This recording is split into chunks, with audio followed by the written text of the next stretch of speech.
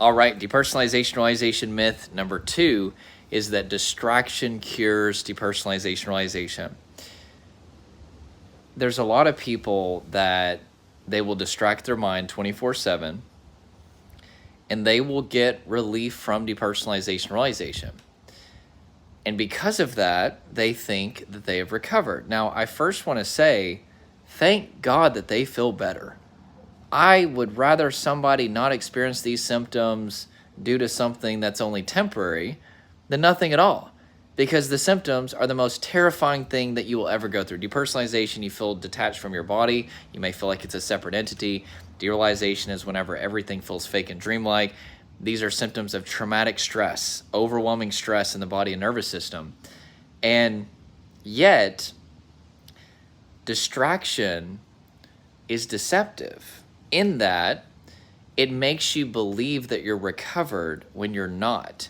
And you would think that, well, the symptoms aren't there, that equals recovery. But the example that I give, it's probably not a perfect example, but I think it's at least good enough to explain this point, is let's say, God forbid, you were in a car accident. Let's say your body was full of pain and you had cuts and bruises. You went to the emergency room and they basically numbed you. They gave you all kinds of things to numb your body, right? Drugs and different things like that. Technically speaking, the pain has not been dealt with. You just don't feel it. I had a kidney stone recently, and I remember I went to the ER. The first ER didn't even catch it. Whenever we did the CT scan, I had to go to a much better hospital. They did catch it. But whenever they gave me, the drugs or whatever, you better believe I was happy to get some relief. But it was just numbing this excruciating pain in my body as I was passing this kidney stone. And so with distraction, it's really technically called somatic dissociation. Somatic means body.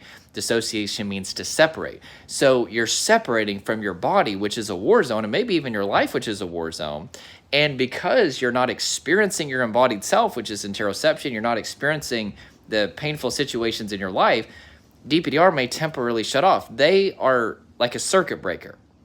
If there's overwhelming stress and fatigue in your body and there's overwhelming situations in your life, your brain will separate you from those things with DPDR. But if you are in your head all the time, you're not in your body and you're not in the present moment. And so DPDR may not be there to dissociate you or separate you because you're not even experiencing the pain anymore.